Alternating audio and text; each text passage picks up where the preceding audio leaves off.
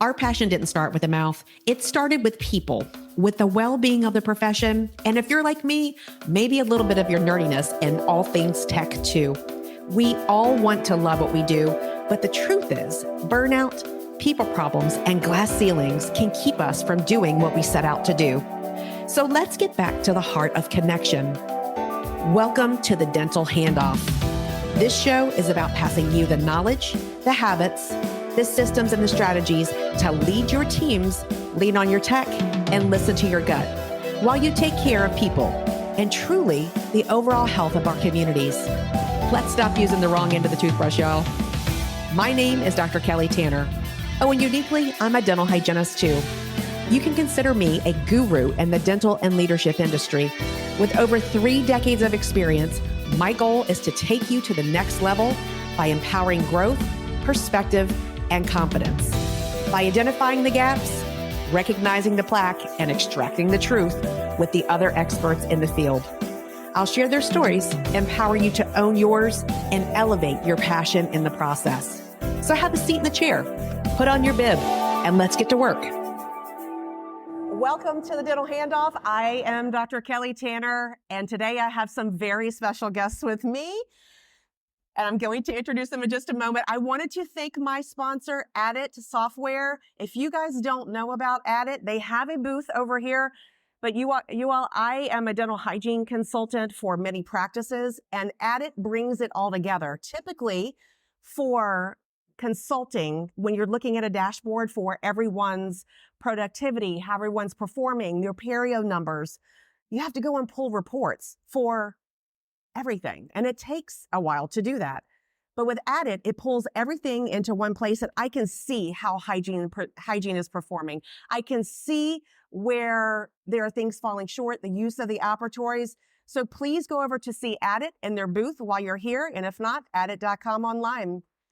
Now, for my special guests, Emil and Dariel Liakhovetski. Liakhovetski. Close enough. Man, I almost had it. That's why we just go by Emil and Dariel. Yeah, Emil and Dariel, the cellists who opened the ADA SmileCon, and it is an honor to be here with you all. Thank you so much. It's our honor. It's an honor to be here. Yes, and you all will see in the beginning, in the front of the stage, that we have their cellos. I'm going to have them tell you everything about all of this that's going on. So the first question I always ask is, why dentistry? So I guess we'll start with you, Emil, since you are the oldest. I've been told that when we introduce them, it always starts with Emil because he's the oldest. Always starts with Emil. A big breach of contract if it goes the other way. Yeah, we can't do that. We are not breaching contract. Absolutely not. No, yeah. So my name is Emil Liakhovetski. I graduated dental school at Will.i.am in 2022, and I'm a perio resident at the University of Kentucky right now. I'm currently a second-year resident. And yeah, dentistry has always been in our lives because our dad is a dentist. We're brothers, by the way, in case, that's not clear. And so we always kind of felt that we were going to go into dentistry because we got to see our dad work and make such a big impact on people's lives. I think dentistry is one of those careers where it is so uniquely impactful and you can make such a difference in people's lives. And if you get to experience that, I think a lot of people end up being drawn to it, especially if they have like a parent or a relative in the field. And being exposed to that, we just always knew we were going to go into dentistry, and here we are today. Yeah. So you were are you mentoring your brother? Because he's still in school. I guess, kind of. I give him a few things that maybe are not the best advice, and he knows, It's usually bad advice. Yeah, usually bad advice. But so you know that when he's giving you advice, that I know right away. It's not good. No, jokes aside, I do talk to him a lot about, like, in dental school, there's a lot of things I'm like, what do I do here? And he's like, oh, don't worry, do this thing. I'm like, okay. I think it's easy in dental school to overstress everything. So like, I think a lot of people who go into dentistry are perfectionist type people. Yeah. And it's easy to get carried away and think like, oh, I'm not doing anything right. Like, no, take it easy, relax. You're doing okay. It's funny how a lot of the conversations that we have, it's literally just me telling him, relax, like you'll be okay. Everything's going to be okay. And it always Don't worry about it, because in school you have this tendency to over worry and overthink everything. And anybody who goes through it, eventually when you get out, you're like, okay, none of this really matters. Like you can just, not worry about it now. But when you're in the moment, you're trying to do good things. You're trying to achieve well. So yeah, we just talk. I'm like, listen, just relax. It'll pass. Everything will be okay. And breathe, right? Yeah, breathe. Dariel, how about you? What's your why for dentistry? Very similar to what Emil said. So we grew up watching our dad work. and the impact that he had on patients' lives, just seeing how he can take a person from being in pain, being in discomfort, or being not confident in their smile, transforming them to a state of, wow, I love my smile. It doesn't hurt. I can smile confidently. It's just one of the most unbelievable professions. And I think for me personally, I love the artistic side of dentistry. So there's the science and the art. And I think very few medical healthcare professions allow you to blend the arts and the sciences as well as dentistry. So we are both very artistic and science-driven people. So dentistry felt like we thought about what's a good profession where we can have a great impact on people, but fulfill our passions for both art and science. And I don't think there's anything better than dentistry that allows us to explore both those passions fully. So that's my why for dentistry. I think, Emil, it's pretty much the same, but that's why this profession felt like a natural choice for us. Where do you attend school? Oh, UNC Adams School of Dentistry. Go Heels. Go Heels. You know, we have to say this. Of course. And so when do you finish up with your residency? I finish in 2025. Okay. Yeah. So close. And then when do you graduate? 2025 dental school, and then I want to do pros residency after. So 2028, hopefully for pros residency. So perio and pros. That's right. Amazing. All right. Yeah. So you guys opened ADA, and that was a pretty big deal. And so let's rewind a little bit. You guys were also on a very popular show, America's Got Talent. Yep. And I can't even imagine doing something. So what was the process like to even be chosen to appear on that? Were there auditions? Tell me more about that, whoever wants to take it. Yeah, so it all started many, many years ago, over 10 years ago, in the year 2013, really, from like an America's Got Talent standpoint, where we were just posting covers on YouTube. We were just recording ourselves playing covers on cellos, just literally in our living room. And we got invited by a talent scout to go do an audition for America's Got Talent. We thought it was a total scam. Really? Like, sure, this is fake. What's funny is that it was in Orlando. So we used to live in West Palm Beach. We drove here in Orlando, and we're like, okay, we're just going to get murdered. Our cellos are going to get stolen. And that's going to be the end of it. And that'll be our legacy. Hey, right? we had a fun time up until like, 13 years old. It was good ride. You go for the adventure, right? And so we did that. And then next thing you know, we end up on stage in New Jersey in front of the judges, Howard Stern, Howie Mandel, Heidi, and Mel B. And we were performing Purple Haze. And this was, like I said, 10 years ago. And after that, somehow we ended up making it to the finals. And we just, kind of flew with it. Whatever happened. We started doing a lot of events with our cellos. And we were all doing this as we were pursuing dentistry. So we were, at that time, finishing up high school, going into college, and with plans of going into dental school. And we kind of both went into dental school. Fast forward 10 years later, last year, we got invited to go back on AGT All-Stars. And so we were like, of course, it's been 10 years. We've had a great time from the show. The show has done great things for us. So we're going to go back on the show and, have a great performance, have a great time, and share our passion. We had a lot of people reach out to us like, we never thought the cello could be an instrument that you could have fun with. And so we just felt like, okay, if we inspire a few more people, then, we'll be happy with that. Yeah. And then next thing you know, we were on stage. And some interesting things happened. No, I want to know about all this. Yeah. What are the interesting things? Can you say? I'm sure people have seen the interesting conversation we had with Simon Cowell. When we were invited to perform back on All Stars, what we thought it would be is like a celebration of 10 years later, coming back on the show, having fun, showing, okay, we've grown up a little bit, and we haven't changed our trajectory. We're still playing music. We love it. But the plan was to pursue dentistry as our end goal. I guess that's hard to understand for people outside the dental industry. So I think when we talk to an audience of dentists or people in the dental profession in some capacity, it's easy to understand, okay, we're playing music, but we're pursuing dentistry as our career. Right. But I think Simon was like, what's the dream here? And we're like, I knew that it would be inappropriate to say, oh, we actually want to be dentists right off the bat. So I said, well, we just love sharing our music and like doing what we love. And he's like, but what's the big dream here? I'm like, well, the dream is actually for us to open a practice together and be dentists. If you want to know the truth. We didn't want to lie. And he's like, you can't be serious. And I'm like, no, that's the truth. Like, I am serious. And then he said, so you want to do what? Like, and I said, we want to change people's lives. And he said, as a dentist? And I said, yes. He's like, okay. And it was just an awkward, I think it came out of left field because the performance went really great. Like we had a great time. The audience loved it. Everyone was having a fun time. And then it fell out of left field where he was like, so like, what do you guys want to do with this? And we're like, well, we love to keep sharing our music with the world, but we actually want to be dentists. So the interesting thing is after that, the response from the dental community and other musicians, both, but especially the love we got from the dental community, unbelievable. With Dr. Shepley, the president of the ADA, being the main, like, it was unbelievable to receive such a supportive letter from him saying, thank you for standing up for dentistry. We never thought of standing up for dentistry. We just were speaking our truth, saying, okay, we want to pursue this profession. And it ended up being such a gift, such a blessing in disguise to get the support of the ADA and the dental community as a whole. I can imagine where it would be coming from left field, because maybe in Simon's mind, he's thinking, these guys just blew me out of the water. And he's thinking, I mean, obviously, like, I say obviously, that may be a bias, but I'm thinking that for most musicians, that's their vision. That is what they do. And to come into a unique perspective, and I think that we probably know more people than I used to, but we can be multi-passionate in different areas. Right. And that's a newer thing for some people to digest because they don't understand. Right. So I love that happened.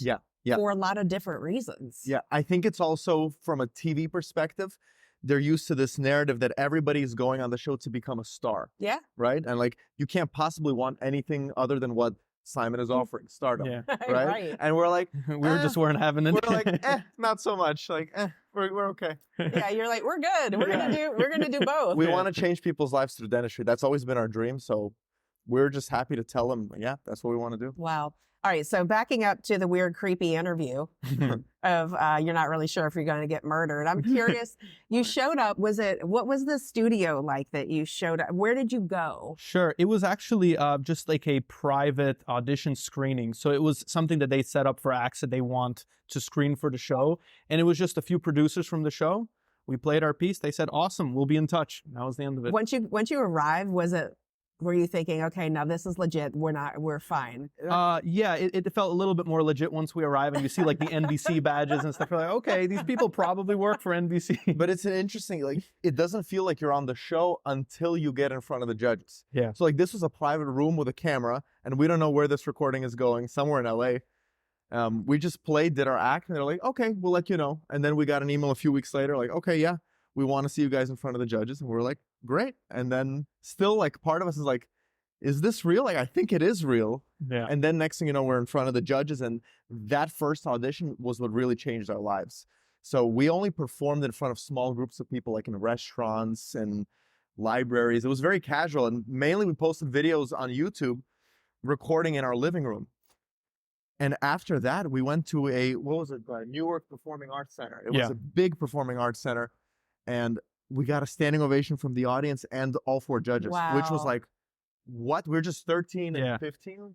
And we knew, like, thinking, we're like, okay, this is either going to go really, really well or really, really poorly. Like, this is going to either shatter us or, like. Do you think that were you kind of in the back of your mind thinking that your mom was like, okay, now at the end, everybody stand up and clap?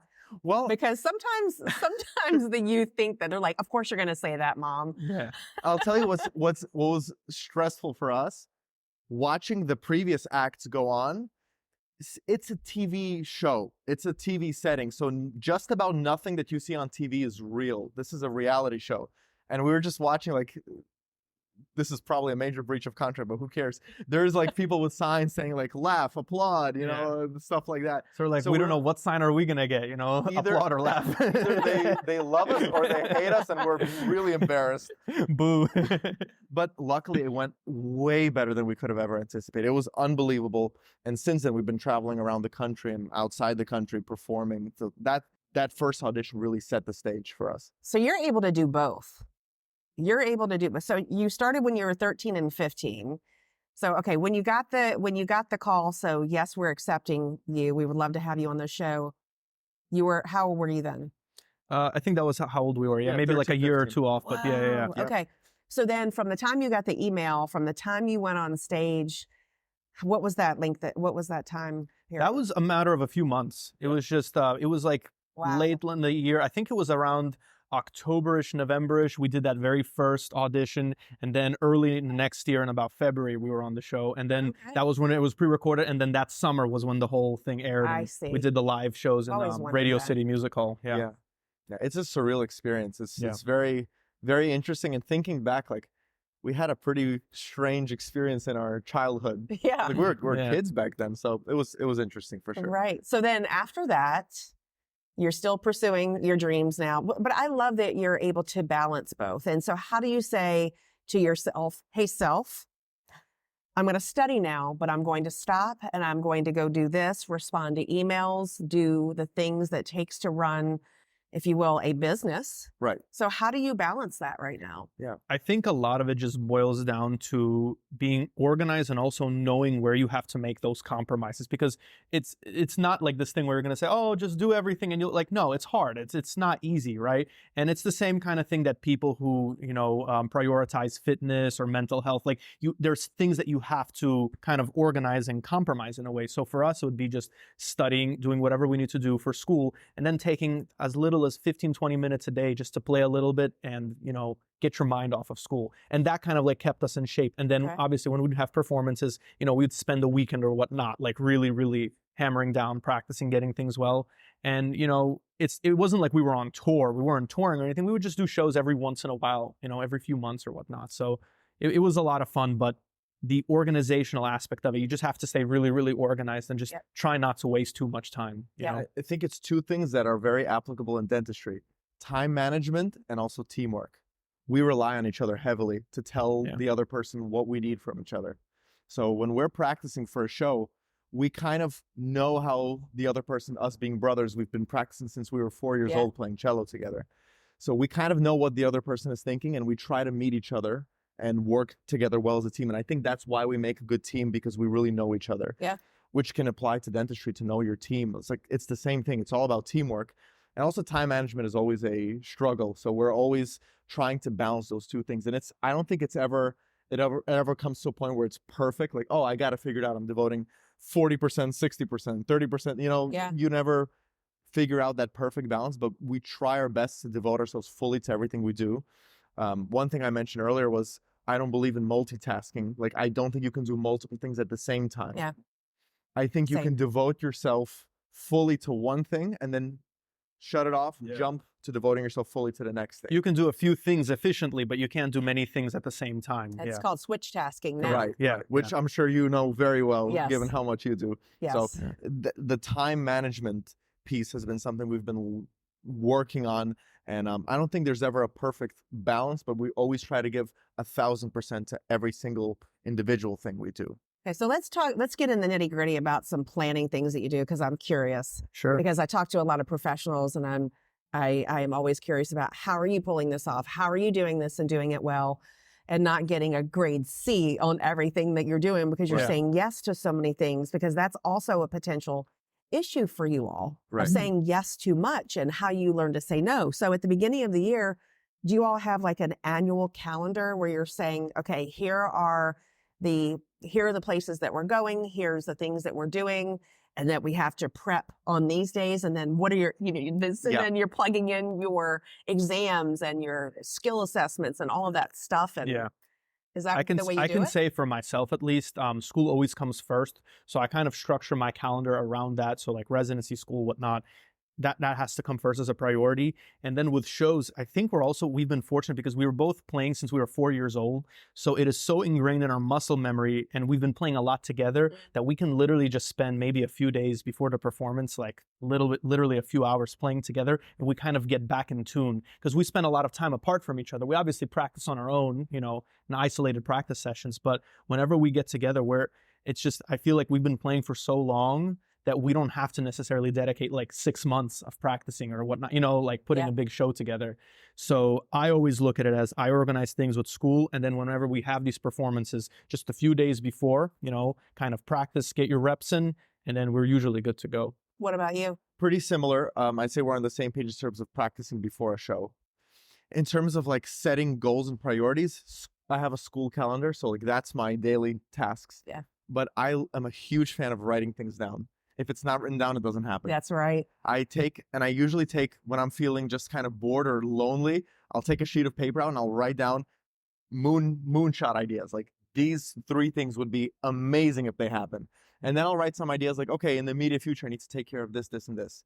And then he sends me a picture of this, and I tell him, no, that's not going to happen. Usually what happens. And then is that advice that you actually take? Yeah. No, Like, no, relax. We don't need to do this. But I think that's awesome because that's your creative side of you. Right. Writing things down has changed my productivity. I heard that from so many successful, high-achieving people. If you don't write it down, it doesn't happen. So I've been writing things down, and usually the things happen. Emil sees what doesn't happen. Yes, of course. A lot of times it's because he tells me it's not going to happen, but I still keep it on the list. That's okay. I mean, because you can still believe it and act as if it will. Right. Manifest it. Manifesting. Do you guys believe in manifesting? I think, yeah, to a certain degree, it's a very true thing that, like, if you believe in something strong enough, eventually you will achieve it. I think it's one of those things where if you have a strong enough will, you can really do just about anything. There are probably some limitations to it, but 99.9% of things, if you really believe in it, you can accomplish it, I think. Yeah, I don't believe in the hoodoo voodoo manifesting. I believe in, if you set your mind to see it and you are oriented towards achieving it, it will happen. Yeah. Like when I write, I think writing things down is kind of manifesting it. Like if I say, I want to achieve this goal, I write it down. It's in front of me every day. So I see it and I'm constantly reminded this is important to me. Yeah. And it somehow always ends up happening. So. And then the other important piece of it, which, you know, sets it outside of the hoodoo voodoo stuff, as you said, is that you're taking action towards it. Right. It's important to do your part and no more.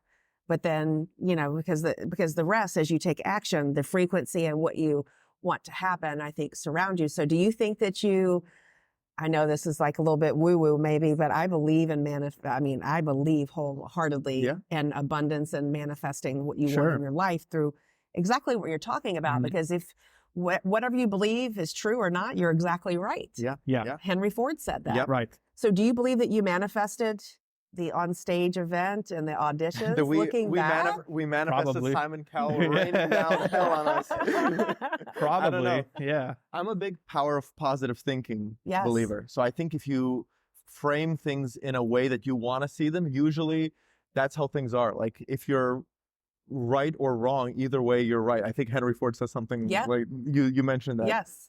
I think if you have a positive mindset and you want to see things a certain way, things tend to fall into place the way you want to see them. So I always like to think long and hard of how do I want things to turn out? Because usually the way you want them, you tend to see things that way and they work out that way. Yeah. And I think in my experience and the experience of others who I've discussed this very phenomenon with, I think that sometimes where we can get caught up is we think that we know how it's going to end up. And I believe that when we think that that's true, that's actually a limiting belief. You know, because I think that it can come out so much better than what we truly believe that it could, because we're only creating our possibilities that are in our head. But I think if we let go of what the outcome could be, then, man, the sky's the limit and it's just 10 times better. And it's like, what? And that's when it's like, it feels like it's raining stuff that you have been thinking about. Yeah. The limiting belief piece, I think a lot of times people limit themselves to, okay, if I'm a dental person, I only can do dental things. That's not true. So many people in this profession have hobbies and there's no need to limit yourself to one box. Like you're doing so much. There's no reason to say, okay, if I am in this profession, that means I have to do what everybody else does in this profession, it seems like everyone else is doing. What I think is interesting is that, like you said, people have this, they're very, very capable of limiting themselves. And it's almost like they're focusing exclusively on it. Like if they have a task, they will think of all the reasons why they shouldn't do something or they can't do something before thinking of, okay, wait, how can I actually make this happen? And I see this a lot because I have a lot of students reach out to me about residency, how to apply.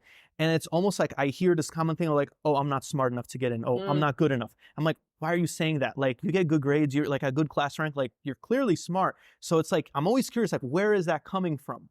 And it's like, if you can just let go of that and stop sabotaging yourself, you'll actually get in. It's not that complicated, you know, but we're like notorious for making things more difficult than they have to be. the funny thing about it, oftentimes it's the most talented people who I know. question themselves I the know. most. Mhm. You're Yeah. like, am I good enough? But the person who's actually terrible will be like, oh yeah, I'm good enough. I know. Full speed I ahead. know. And you're like, oh, Yeah. that's a train wreck. Yeah. It's funny, but yeah. So with that, Oh, I think the mic is good.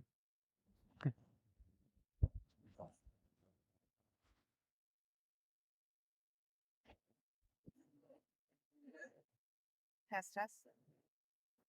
I need a hand. One moment. Technical.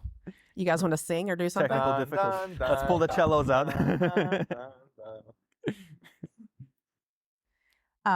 With that too, I think with the limiting beliefs, sometimes they can come from childhood or and it's things that people have said to them or about them. And so they start to intrinsically believe that, and then they don't take action on it. And then they just get stuck. They feel stuck because I coach people on this all of the time. So I consult in dentistry, I speak, but then also I do executive coaching as well, one-on-one and in group settings for DSO organizations, for individuals. And many times it's that limiting belief of feeling shameful if you actually take the action and you fail. But through that failure is where you learn anything. Think about dental school. When you didn't get 100, what happened? It's either never happened. Yeah, it never happened. Yeah. You survive. That's what I always say. It's like, no matter what happens, you're still alive, you're breathing air, you have food, you're fine. Yeah. Even if you have to remediate a class, you remediate it, you still get, it's not the end of the world. That is correct. You know? It's where it falls on that scale of like fight or flight and survival almost sometimes, because you either win or you learn. Right. And it's that mindset of, even if it turns out, I mean, my first podcast, you guys, I look back on it and it's, wow, okay. I was just a baby version of me, but it was scary. And look where you are, interviewing Emil and Dariel. How could I ever have gotten this way? This is my claim to fame now. This is the upper echelon of everything in my life. I checked the box bucket list. There you go. But it's putting yourself outside of your comfort zone and bringing out what I find is, let's talk about where that limiting belief comes from. When did you first start believing that? And then you begin to unearth that. And I speak a lot about emotional intelligence and where those triggers from past experiences in your life can then be brought out of hiding, because it's almost like these little limiting beliefs are like the things on our shoulders that it's like, you can do it. No, you can't. You can do it. Yep. And then when you bring them out and you set them on the shelf and you actually look at them and you are like, okay, let's look at what this really is and what is this really about? It doesn't become this deep, dark thing anymore. You start to unpack it and you think, okay, that like is something somebody said about me in 5th grade. Right.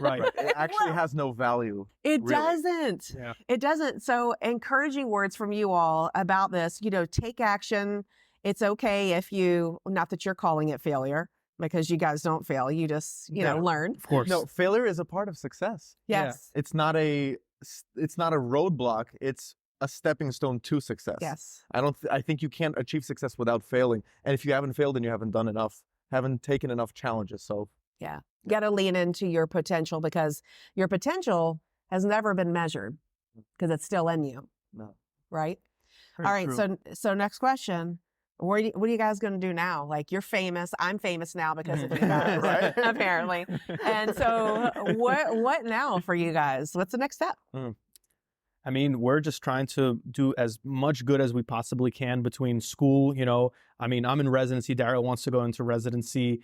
I think our big thing is we want to just share our story and inspire as many people as we possibly can. Because like we talk about, there's a lot of things that we see, like people just doubting themselves, not believing in themselves. And if we can just help 1% of those people be like, hey, don't doubt yourself. Just if you want to do something, do it. Even if it means playing rock music on a cello and people think it's weird or funny or stupid or whatever, just do it.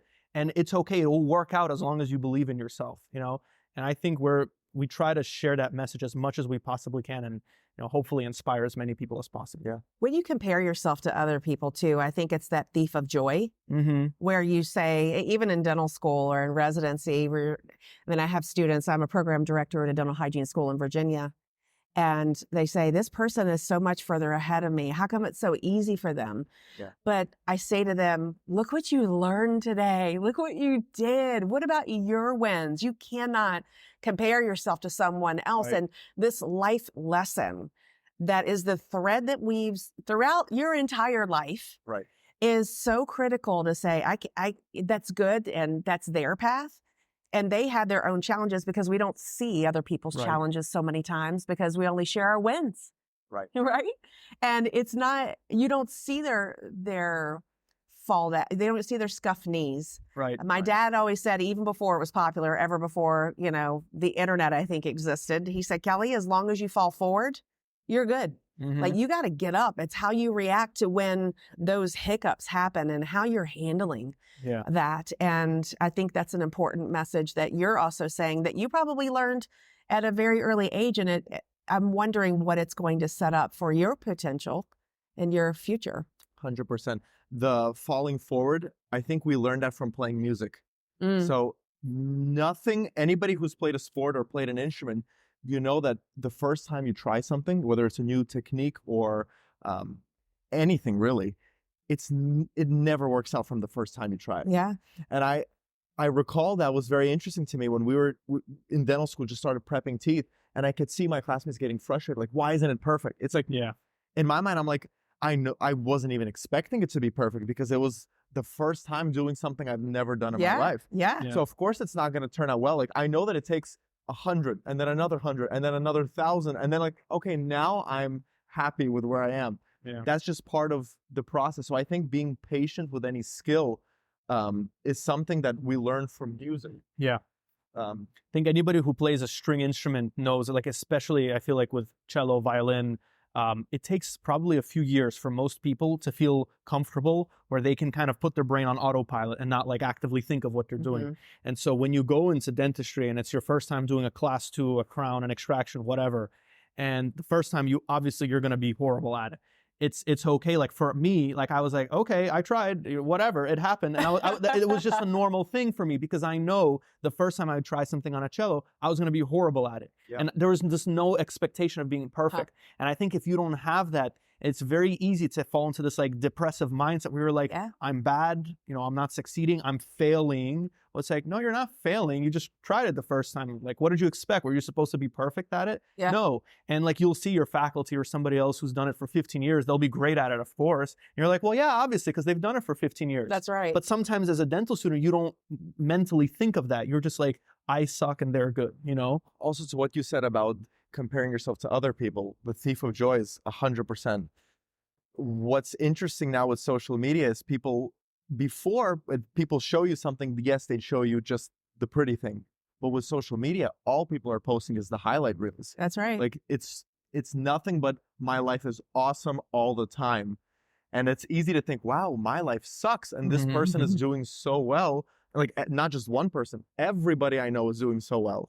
So I think any advice I always give to like D1s or pre-dents that are starting dental school, and it applies throughout life really, is not to take what people project or what you perceive they're showing as the truth. They could be going through a lot that they're not sharing. Maybe they're really good at hiding it, but you know what you're going through. So you're like, wow, I have all these terrible, difficult things going on in my life, but all I see is this person is winning time after time. Winning, yeah. I think too, if you think about back to one of the first points you made, dentistry and dental students, dental hygiene students are the same. Probably dental assistants are the same.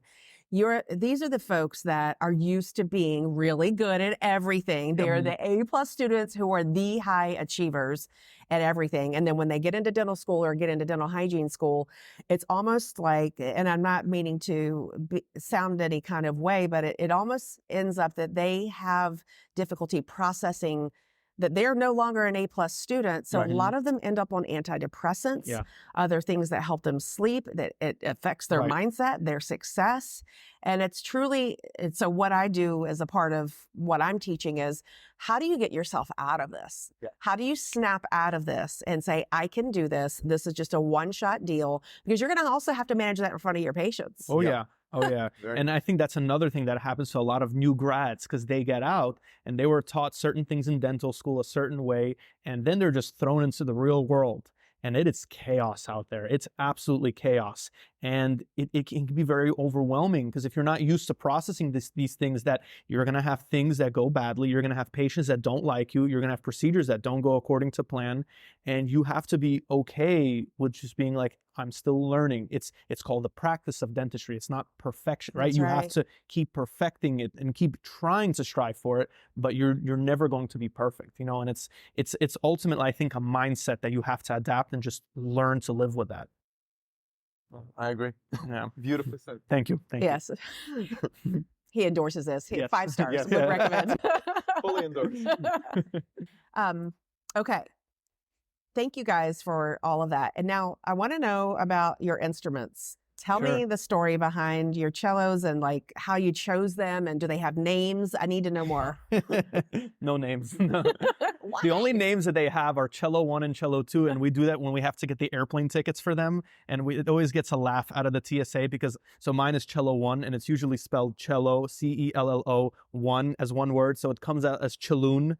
And it's always very funny when they're like, "Where's Chaloon?" and they start looking around, and I'm just standing there, with That's this, Chaloon. That's Chaloon. So this right one was there. effectively named Yeah. Chaloon. So, but yeah, so the instruments that we play, they're made out of carbon fiber. They're made by a very good German company called Mezzoforte, and they were custom made for us. They're acoustic instruments, but we put our own pickups on them, and we run them through our own distortion amps, and that's how they sound the way they sound.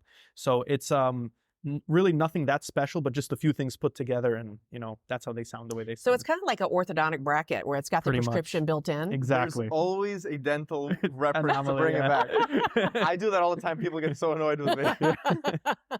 And then I'm thinking like, okay, you could modify on the back of the iTero Yeah. scanner. You Yeah. could do like the programming and be like, I want this The pickup is on outcome. the occlusal surface of the cello. Kind of like an implant when you think about it.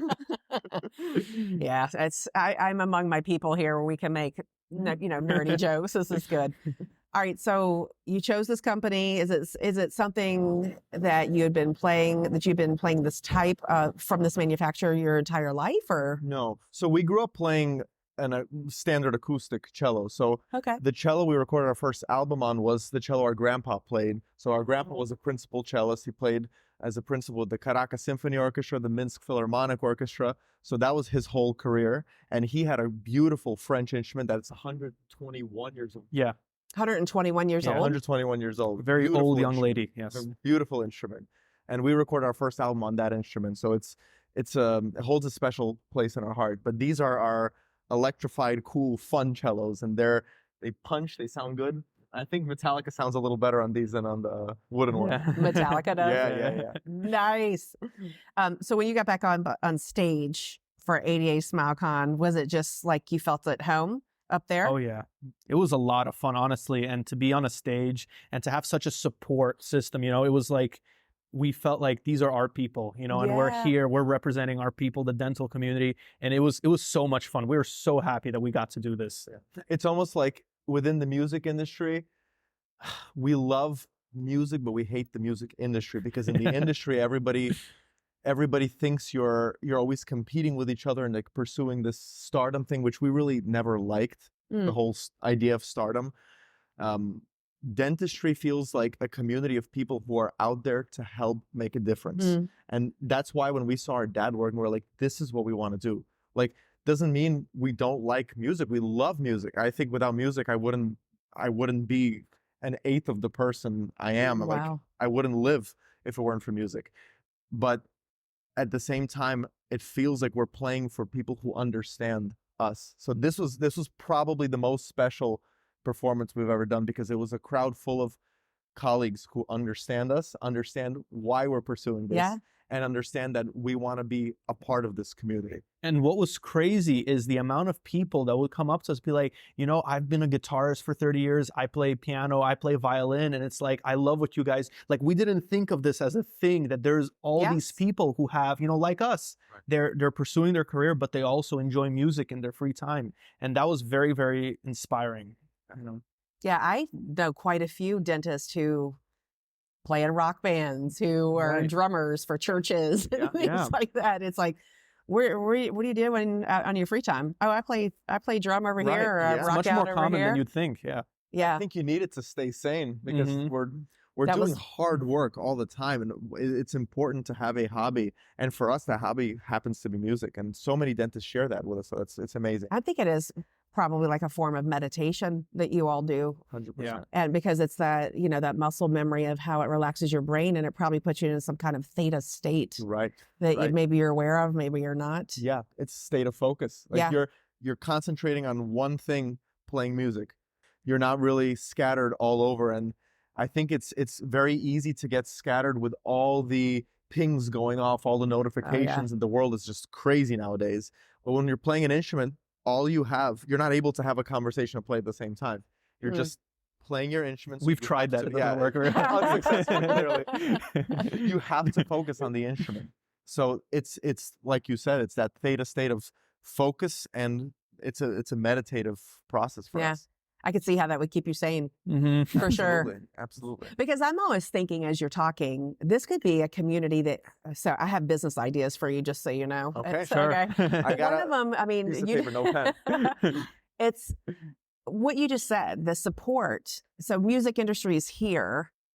You're here trying to create something that says all of us can win, all of us can be included in what we're doing, and you can do this and that. You can be everything that you want to be, and pursue your passions and lift each other up. And let's do this together. Because it's not about competition, it's about abundance. And wouldn't that be a great vision for you both, 100%. to create that within the dental community or healthcare? 100%. 100%. I think it is an abundance mindset is the correct mindset. I don't think it's if you view things from a scarcity perspective, that's a wrong way of looking at it, because there's so much good that can be done in the world. There's positivity is not limited. There's not a set, limit on how much good can be shared with people. I think if we all do our best to do as much good as possible, the world will be an amazing place. Truly. I call it my version of world peace, but I truly live that every day. Because even my kids will say, "Mom, why are you doing this?" To help people. That's what I do every day. It's you make yourself available for that. How can I support you? How can I be available to help you? And if I can't help you, I'm going to say, I know somebody who can. That's right. And I think that's the difference that we all, I think, should be in that mindset for the world. Absolutely. Are there any final words of maybe top 2 things you would recommend, or top 3 things to the audience on how they can be successful pursuing a journey like yours? I think the most important thing is just to live your truth every single day. Know what you want, figure out what you want, and then strive to achieve it. And don't let people steer you off your course, because it's a common theme. I see a lot of people who want to go into dentistry or a field in medicine or a specialty, and either somebody or they themselves are just like, no, I can't do it. And it kind of, me personally, it frustrates me sometimes, because I see it from a bird's eye view. I'm like, you absolutely can do that. Why are you saying that? Or why are you letting somebody else say that? And it's something that I think we as a society need to put more emphasis on, like, stop limiting yourself. Because if we stop doing it, really, we'd be able to achieve amazing things as a society. And it's just something that people, I think, really need to improve on that. Just stop limiting yourself, stop letting other people limit you, and live your truth every single day. To build on what Emil said, the getting rid of limiting beliefs. My mentor, Dr. Mark Hyman, who you know well, who I love dearly. We love Dr. Mark Hyman, just so you guys, amazing. if you don't know him, you got to know him. You need him in your life. Go meet Dr. Mark Hyman. He's amazing. One thing he taught me is to have the audacity to ask for what you want. Sometimes it's scary. Oftentimes, if you want great things, it's scary. But if you don't ask, then the answer is automatically a hard no. So if you ask, the worst that can happen is there's two things. You either don't get a response or it's a no. Okay, that's the worst. At least you tried. At least you tried. So having the audacity to ask for what you want. And I would really say something very simple, writing things down. If you have goals, write them down. You'd be surprised how many things happen if you just write them down and you have it in front of you as a reference to focus on. That's all my advice. Brilliant. Brilliant. I don't want to stop talking to you all. I need you all. I need you all in my life. Yeah, I was just gonna I say, really need our you in plane's my gonna life. fly out. So how many gigs do you guys have a year? Do you still play for, do you play for money? I know that's maybe a personal question. Are you No, happy to paid talk performers? Yeah. So that's kind of our second career.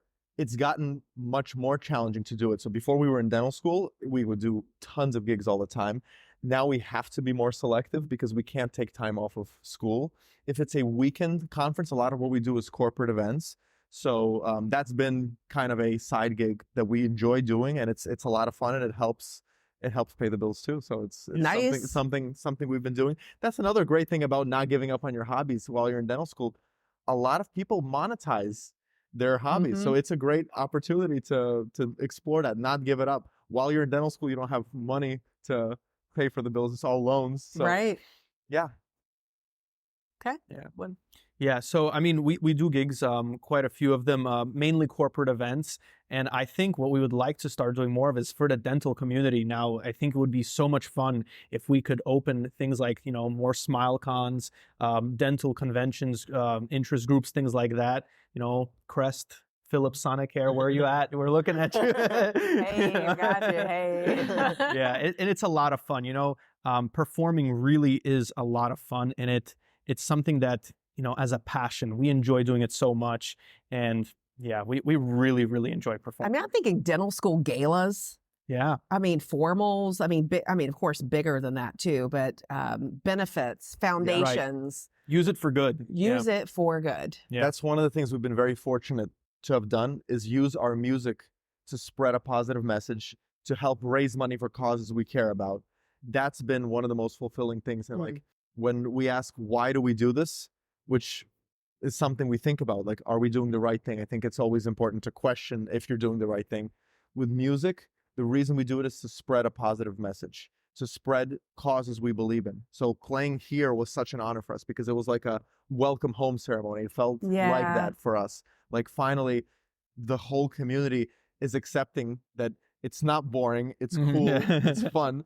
And we felt just at home, just honored to be surrounded by people who understand our vision and believe in the same thing we believe in. Well, it's supporting you as humans, as what you're doing and your effort, and supporting not because you guys have the story that you have, but they're just saying we support you as individuals. Right. And I think that's a lot about what we all want. We all want to feel heard.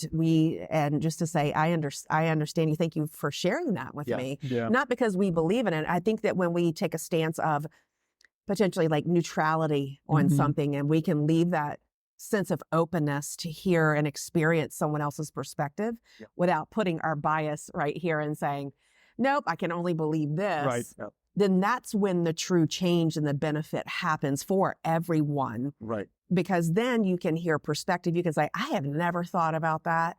And to hear your story, and for you all to be sharing your story in the ways that you are, through your actions, through your philanthropic generosity and the ways that you are, I think is so meaningful as well. Yeah. Well, thank you. Thank you. you. We try to spread a positive message and do things that we believe in. So I think music is a great avenue for us to do those things. Through dentistry, we can have a more hands-on effect on people's lives, but I think music lets us have a reach to a wider audience. So again, we're so honored to be here at this convention, to be surrounded by amazing people who understand and believe in our vision. Okay, so I just came up with something I'm thinking about. You ready? Okay, this is something for all the dental students who are watching, because this is going to be broadcast. I work with Creighton University D1s. We're doing an emotional intelligence study with them to make them more emotionally intelligent to increase their emotional intelligence as they graduate. So it's really cool. But I was thinking, okay, what advice would you have for a D1? What advice would you have for a D1? What advice would you have for a D2? Like, would you say that there's different things that you experienced? Okay, so you want to go first? What advice do you have for a D1? advice I have for a D1, and something I tell D1s often, is put your horse blinders on. You know how horses in a race, they have blinders on? Don't compare yourself. Comparison is the thief of joy. When you're starting dental school, there's so much variability in people's backgrounds. So some people are super fast at tech. Some people are amazing with their hands. So like their first prep is actually pretty good. And maybe your first prep is terrible, but there's people who started with terrible preps who have become amazing prosthodontists, restorative dentists.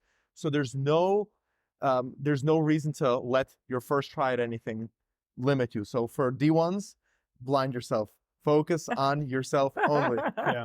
I think my advice to D1s would be, don't focus on something that you think of yourself or of like the dental field when you get in. So a lot of people will come and be like, oh, I want to specialize, or I don't want to specialize. I want to do this, or I don't want to do that. And I think that as a D1, that's a little bit of a bad mentality to have, because it will limit you in what you want to do. So I think as a D1, your job should be to keep as open as a mind as possible and just be like a sponge, absorb everything. And take time as you learn to kind of process that and make up your mind on what you think of things. Love that. Not come in and just like, this is what I want to do, this is what I'm going to do. Yeah. For D2s, I would say start pivoting into the mindset of patient care. It's very, in a lot of schools, and this varies from school to school. So in some, you can start seeing patients in your second year. I'm not sure how it is at Creighton University, if the students start seeing patients or if it's in the third year. At UNC, we started seeing patients end of our first year. We started doing hygiene in the end of our first year, which is great. But in the second year, really starting to transition to thinking about how am I going to take care of humans, and applying everything I learned in 4 years of undergrad and the first couple of years of dental school into meaningful care for people. Because at the end of the day, if you know everything, if you're a walking textbook, unless you know how to communicate it in a warm, kind and caring way that somebody will want to listen to you and take your advice and work with you as a team, it's kind of useless information. Because if nobody's accepting what you're preaching, it's not worth as nearly as much as if somebody was to say, oh, this is something that I want to do because this person cares. Yeah, that human connection. Yeah. So pivoting to caring about patients, and I would also say photography. Get good at photography, get a camera, start practicing, because once you get into clinic, photography has changed the game for me for treatment planning. Okay. Yeah, I kind of have a similar twist on it. I would say that as a second year, where you're still in that didactic part of your education and you're slowly maybe starting to transition to patients, it's very easy to fall into this trap that everything that you're learning in dental school is the way things are and the way they have to be.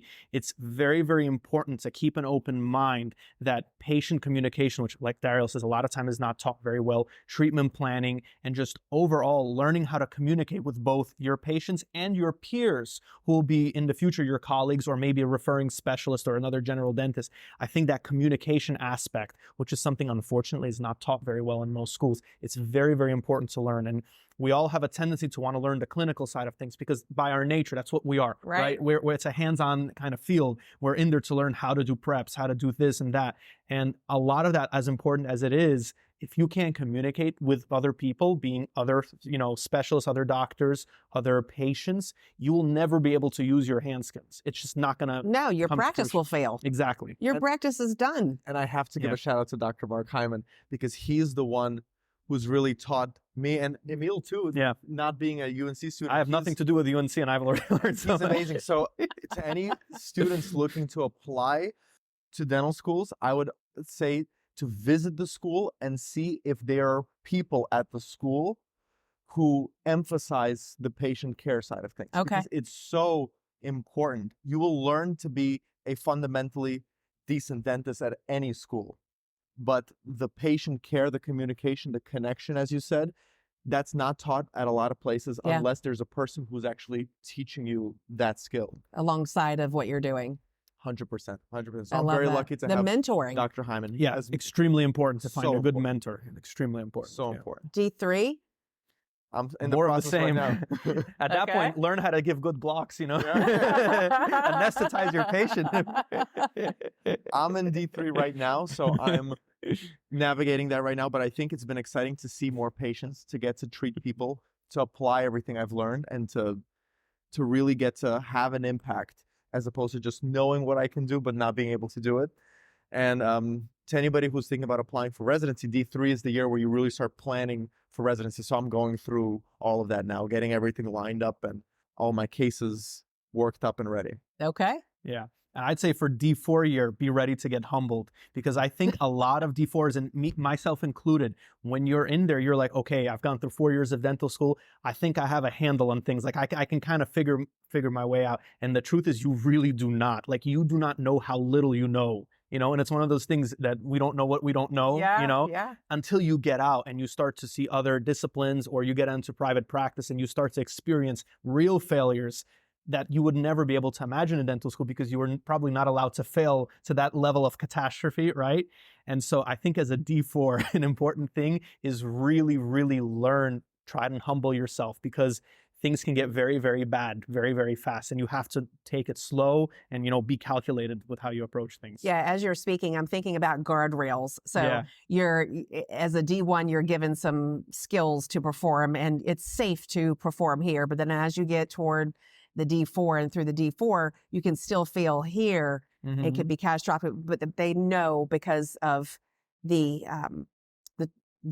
educational process and how they're building competency within the skill sets that you've demonstrated to them, that you can fail, but it's not going to be like fail. Right. It's and for patient safety. Failure also doesn't have to be this negative thing, because I think in dental school, like, failure is much better tolerated than in the real world, because you have your colleagues there, you have specialists, you have faculty. So a failure in dental school is not that bad. Right. A failure on your own, in your own office by yourself, can be much, much worse. So it's an important thing to really, I don't want to say push yourself to failure, but be fundamentally okay with failing. Yeah, that's where you're supposed to. Correct. It's learning. Correct. That you're there to learn. You're not there to be perfect. Right.